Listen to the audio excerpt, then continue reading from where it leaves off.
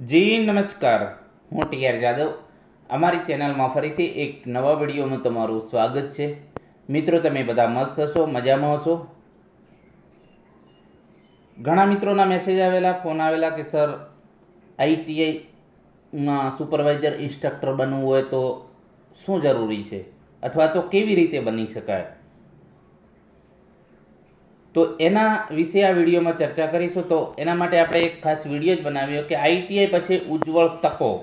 ITI pass કર્યા પછી કઈ કઈ તમને તકો મળે છે, અથવા તો આઈટીઆઈ પાસ કર્યા પછી તમે ઉચ્ચ અભ્યાસ કરવા માટે શું કરવું જોઈએ, અથવા તો બીજી કઈ કઈ તકો છે.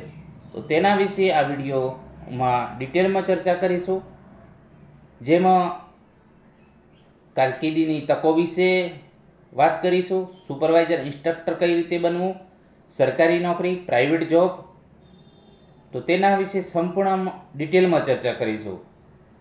ઘણા મિત્રો આઈટીઆઈ પાસ કર્યા પછી એમ કહેતા હોય છે કે કંઈ આઈટીઆઈનો કોઈ મતલબ નથી. તો મિત્રો, વાત કરીએ કે આજના જમાનામાં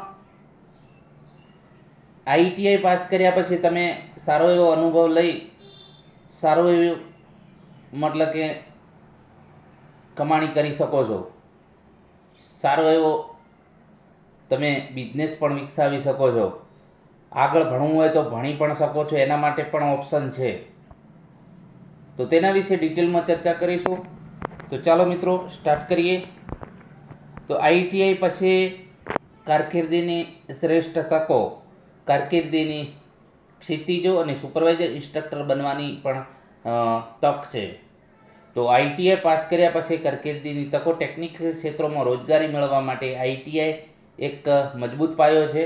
આઈટીઆઈમાં સુપરવાઇઝર ઇન્સ્ટ્રક્ટર પણ બનવાની તમારા માટે તક છે. તો એ તકને તમારે ઝડપી લેવી પડે.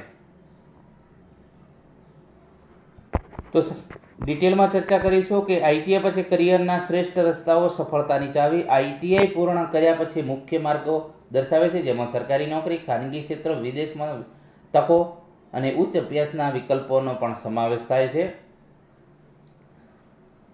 આઈટીઆઈ પાસ કર્યા પછી કોઈ પણ તાલીમાર્થી બેરોજગાર નથી બેસી રહેતો, જો પોતાની આવડત હોય, પોતાની પાસે સ્કિલ હોય. પરંતુ જો તમે બીએ કે અન્ય કોઈ ગ્રેજ્યુએશન કર્યું હોય તો તમને નોકરી જલ્દી ન પણ મળે. હમણાં તમે જોઈ શકો છો ઘણા મિત્રો બેરોજગાર છે, બરાબર. તો આઈટીઆઈ કરીને તમે પોતાના તકોનું નિર્માણ કરી શકો છો. આજનો જે યુગ પ્રમાણે ઔદ્યોગિક જે વિકાસ થયો છે એ પ્રમાણે આઈટીઆઈ કર્યા પછી તમને ઘણી એવી સારી તકો મળે છે, પ્રમોશન પણ મળે છે અને પોતાનો ખુદનો રોજગાર પણ કરી શકો છો. રોજગારીને વ્યવસાયની તકોની વાત કરીશું. Employment and business opportunity. તો સરકારી ને ખાનગી ક્ષેત્રોમાં નોકરી વાત કરીશું. તો સરકારીમાં રેલવે છે, ઈસરો છે, જીએસઈસીએલ, ઇફકો, બરાબર, ડીઆરડીઓ, ઈસરો છે, બરાબર. તો આ જે સરકારી કંપનીઓ છે એમાં પણ ટેકનિશિયન તરીકે તમને તમારું ઉજ્જવળ ભવિષ્ય બનાવી શકો છો. પછી ટાટા સુઝુકી જેવી જે ખાનગી કંપનીઓ છે તો એમાં પણ તમે, ઘણી બીજી પણ કંપનીઓ છે તો એમાં પણ તમે પોતાનું કારકિર્દી બનાવી શકો છો. આઈટીઆઈ પાસ માટે મારી એક ખાસ સૂચના છે, દરેક મિત્રોને વિનંતી છે કે તમે આઈટીઆઈ પાસ કર્યા પછી 1 વર્ષનું એપ્રેન્ટિસ ફરજિયાત કરી લેવું. એપ્રેન્ટિસ કરશો તો તમને બેનિફિટ ઘણો થશે, કારણ કે એપ્રેન્ટિસ કર્યા પછી તમારે નોલેજમાં પણ વધારો થશે. તો બીજી કંપનીઓ પણ તમને નોકરી માટે તૈયારી દર્શાવશે. પ્લસ આઈટીઆઈ કર્યા પછી જેને સરકારી નોકરી મેળવવી છે તો એમના માટે પણ રસ્તો સરળ બનશે. તો કે કેમ? તો હમણાં જીએસઆરટીસી હેલ્પરમાં જે ભરતી આવેલી, તો એમાં તમે જોઈ શકો છો કે જે શૈક્ષણિક લાયકાતના, જે તમે આઈટીઆઈ કર્યા એના 55% પ્લસ 15% એપ્રેન્ટિસના, એ રીતે મેરિટ બનીને તમે લેખિત પરીક્ષા આપી શકો. તો એ જે છે ફાઇનલ મેરિટ બને એમાં પણ તમારા એ જે એપ્રેન્ટિસના 15 ગુણ ગણાય. તો તમને બેનિફિટ 15 માર્ક્સ તમને મળી ગયા. તો એ પ્રમાણે ઓએનજીસી છે, ઇફકો છે, બીજી પણ ઘણી એવી સારી મોટી કંપનીઓમાં તમને એપ્રેન્ટિસના અલગથી માર્ક્સ મળે છે. એપ્રેન્ટિસ કરેલું હોય તો એનો બેનિફિટ તમને મળે છે. રેલવેમાં પણ તમે એપ્રેન્ટિસ કરેલું હોય તો તમને અલગથી બેનિફિટ મળતું હોય છે. તો એપ્રેન્ટિસ ખાસ કરી લેજો. એપ્રેન્ટિસ ઘણો તમને તમારા ભવિષ્યના નિર્માણ માટે ઘણું કામ આવશે. એટલે ખાસ વિનંતી, તો એપ્રેન્ટિસ કરશો તો પણ હવે સ્ટાઇપેન્ડ પણ સારું એવું છે, 9-10 હજાર. કંપનીમાં પણ સ્ટાર્ટિંગમાં 9-10 હજાર આપે છે.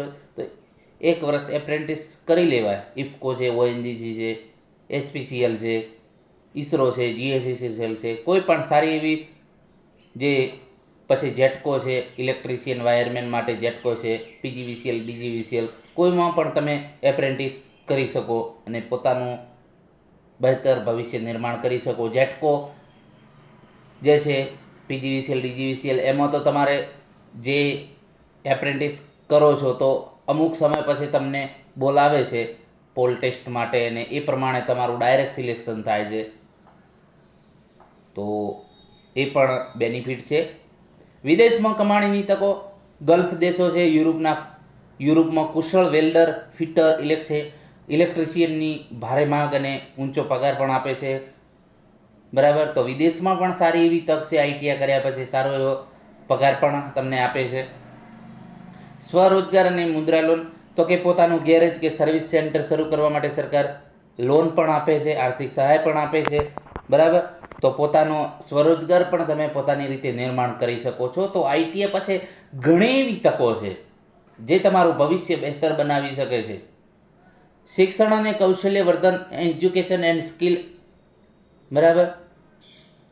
તો ઘણાને શિક્ષણમાં રસ હોય, ભણાવવામાં રસ હોય અને ઘરની પરિસ્થિતિ એવી છે કે આગળ મતલબ કે બીજો બીએ, બીએડ કે અન્ય નથી કરી શકતા, અથવા તો ડિગ્રી કે એવું નથી કરી શકતા, તો એમના માટે આ સારી એવી તક છે કે આઈટીઆઈ કર્યા પછી તમે જે સીઆઈટીએસનો એક વર્ષનો કોર્સ આવે છે, એ કોર્સ કરીને ભવિષ્યમાં તમે શિક્ષક પણ બની શકો છો. તો એપ્રેન્ટિસશીપ અને અનુભવ, તો એપ્રેન્ટિસશીપની આપણે જે પ્રમાણે વાત કરી કે એક વર્ષની ટ્રેનિંગ સાથે સ્ટાઇપેન્ડ પણ તમને મળે છે અને સરકારી નોકરીમાં ઉપયોગી એનએસસી સર્ટિફિકેટ પણ તમને મળે છે. કારણ કે એનએસસી સર્ટિફિકેટ તમને ઘણી જગ્યાએ મતલબ કે કામ આવે છે. ઇલેક્ટ્રિશિયન વાયરમેન છે તો એમને સુપરવાઇઝરનું પણ સર્ટિફિકેટ તમે મેળવી શકો છો આઈટીઆઈ પાસ પછી. કોન્ટ્રાક્ટરનું સર્ટિફિકેટ પણ મેળવી શકો છો, લાખો રૂપિયા કમાઈ શકો છો. બરાબર. તો ઘણી એવી તકો છે, પણ એ પ્રમાણે આપણે સ્કિલ વિકસાવવી પડે. આઈટીઆઈ પછી તમે જે સુપરવાઇઝર કે કોન્ટ્રાક્ટર, એ સરકાર માન્ય તમને સર્ટિફિકેટ આપે, તમે સરકારી કોન્ટ્રાક્ટર બની શકો છો. બરાબર. ઉચ્ચ અભ્યાસ, જો તમને ઉચ્ચ અભ્યાસ કરવો છે કે નહીં, મારે આઈટીઆઈ પછી હજી આગળ ભણવું છે, તો પણ તમારા માટે તકો ખુલ્લી છે. તો આઈટીઆઈ પછી તમે ડિપ્લોમા કરી શકો છો. ડિપ્લોમા કરી અને તમે ડિગ્રી પણ પછી કરી શકો છો. આગળ વધુ અભ્યાસ કરવો હોય તો પણ કરી શકો છો, પરંતુ તમે આઈટીઆઈ પછી ડિપ્લોમા કરીને પોતાની કારકિર્દીની જે ઉજ્જવળ બનાવી શકો છો. તો એ પણ એક ઓપ્શન છે. આઈટીઆઈ પછી તમે સીધા ડિપ્લોમાના બીજા વર્ષમાં C2D પ્રવેશ મેળવી શકો છો. એમના માટે પણ અલગ બેઠકો રાખેલી હોય છે. બરાબર. તો એમાં તમે એડમિશન મેળવી તમે ડિપ્લોમા કરી શકો છો. બરાબર. તો આ પણ એક સારી એવી તક છે. અને ઇન્સ્ટ્રક્ટર બનવાની તક, જો તમે આઈટીઆઈ કર્યા પછી એક વર્ષ સીઆઈટીએસ જે ક્રાફ્ટમેન ઇન્સ્ટ્રક્ટર ટ્રેનિંગ સ્કીમ છે. બરાબર. તો એ જે છે એક વર્ષનો હોય છે કોર્સ. તો એ સર્ટિફિકેટ તમારી પાસે, મતલબ કે એક વર્ષનો કોર્સ પૂર્ણ થયા બાદ તમને એ સર્ટિફિકેટ આપે અને ભવિષ્યમાં જ્યારે પણ આઈટીઆઈ ઇન્સ્ટ્રક્ટર, સુપરવાઇઝર ઇન્સ્ટ્રક્ટરમાં ભરતી આવે તો તમારી પાસે અનુભવ હોય આઈટીઆઈ કર્યા પછીનો 3 વર્ષનો, અને તમારી પાસે સીઆઈટીએસનું સર્ટિફિકેટ હોય તો તમે એક્ઝામ આપીને સુપરવાઇઝર ઇન્સ્ટ્રક્ટર બની શકો છો. બરાબર. તો આ પણ એક સારી એવી તક છે. ઘણી એવી પ્રાઇવેટ કંપનીઓ છે, સરકારી કંપનીઓ છે, તો એમાં તમે રોજગાર મેળવી શકો છો, પોતાનો ખુદનો બિઝનેસ કરી શકો છો એપ્રેન્ટિસ કરી, અને તમે પોતાનું જે છે કારકિર્દી ઉજ્જવળ બનાવી શકો છો. તો આ જે છે મિત્રો, ઘણા મિત્રો કહે છે કે કશું નથી આઈટીઆઈ પછી, પરંતુ સમજ્યા વિના કશું કહેવું નહીં. તમે આવો, જુઓ કઈ રીતે છે આઈટીઆઈનું વેલ્યુ. આજે દિવસે ને દિવસે કુશળ કારીગરોની જરૂરિયાત છે. જેમ જેમ ઔદ્યોગિક વિકાસ થતો જાય છે એમ એમ કુશળ કારીગરોની પણ જરૂરિયાત છે. આજે એક નાનકડા કામ માટે આપણે પ્લમ્બરને બોલાવીએ તો પ્લમ્બર 1000-1500 રૂપિયા આપણે આપીએ છીએ એક નાના કામ માટે. તો એ એની આવડત છે, એની સ્કિલ છે. તો એ સ્કિલ આપણે ડેવલપ કરવી પડશે. ઇલેક્ટ્રિશિયન છે, તો નાના કામ માટે આપણે બોલાવીએ તો પણ 500-1000 રૂપિયા આપીએ છીએ, બરાબર. તો એ પ્રમાણે તમે પણ પોતાનું સ્કિલ ડેવલપમેન્ટ કરીને પોતાની ઉજ્જવળ કારકિર્દી બનાવી શકો છો. અમારો ખુદનો અનુભવ છે મિત્રો કે આઈટીઆઈ પછી ઘણી એવી સારી તકો છે. તમે આઈટીઆઈ કર્યા પછી તમને ઘણો ફાયદો થશે, અને રોજગારની તકો છે. એવું નથી ફક્ત સરકારીમાં, પ્રાઇવેટમાં ખુદનો ધંધો, બરાબર. તમે સરકારી નોકરીનું તમારે સપનું હોય તો એ પણ તમે સાકાર થઈ શકે છે. તમારે શિક્ષક મતલબ કે આઈટીઆઈમાં ઇન્સ્ટ્રક્ટર બનવાની ઈચ્છા છે તો તમે ટ્રેનર બની શકો, ઇન્સ્ટ્રક્ટર બની શકો છો. એની પણ તકો છે. આગળ વધુ અભ્યાસ કરવો છે તો પણ તમારા માટે ખુલ્લું છે. અને ના ભાઈ કોઈની ગુલામી નથી કરવી, પોતાનો ખુદનો ધંધો કરવો છે તો પણ સરકાર તમને સહાય કરે છે. તમારો ખુદનો ધંધો પણ, તમારો બિઝનેસ વિકસાવી શકો છો. તો આ બધી આઈટીઆઈ કર્યા પછી ઘણી બેનિફિટ છે. ઘણા એમ કહેશે સાહેબ કાંઈ નથી આઈટીઆઈ કર્યા પછી. તો ભાઈ કાંઈ નથી તો તમારી પાસે કાંઈ નહીં હોય સ્કિલ. જેની પાસે સ્કિલ છે આઈટીઆઈ કર્યા પછી સારી એવી, તમે એપ્રેન્ટિસ કર્યા પછી 2-4 વર્ષનો કંપનીનો અનુભવ લો, પછી તમારો જે ગ્રાફ છે ઊંચો ચડશે કારકિર્દીનો. ડાયરેક્ટ તમે આઈટીઆઈ પાસ તમે 50,000 પગાર માંગો એમ ના મળી શકે. એના માટે થોડો સંઘર્ષ પણ કરવો પડે. આઈટીઆઈ પાસ પછી તમે એપ્રેન્ટિસ કરો, એપ્રેન્ટિસ પછી કોઈ સારી એવી કંપનીમાં નોકરી કરો, કોઈ પણ કંપનીમાં અનુભવ લો. અનુભવ લીધા પછી તમને જોજો તમને સારો પગાર મળશે, એ ફાઇનલ છે, બરાબર. તો મિત્રો આ આઈટીઆઈ વિશે ચર્ચા કરી કે આઈટીઆઈ પછી કેરિયર બનાવવા માટે કયા કયા રસ્તાઓ છે, બરાબર. તો તેના વિશે સંપૂર્ણમાં ચર્ચા કરી. જો વિડીયો પસંદ આવ્યો તો લાઈક, શેર અને સબસ્ક્રાઈબ કરવાનું ન ભૂલતા, ચેનલમાં જો નવા હોય તો.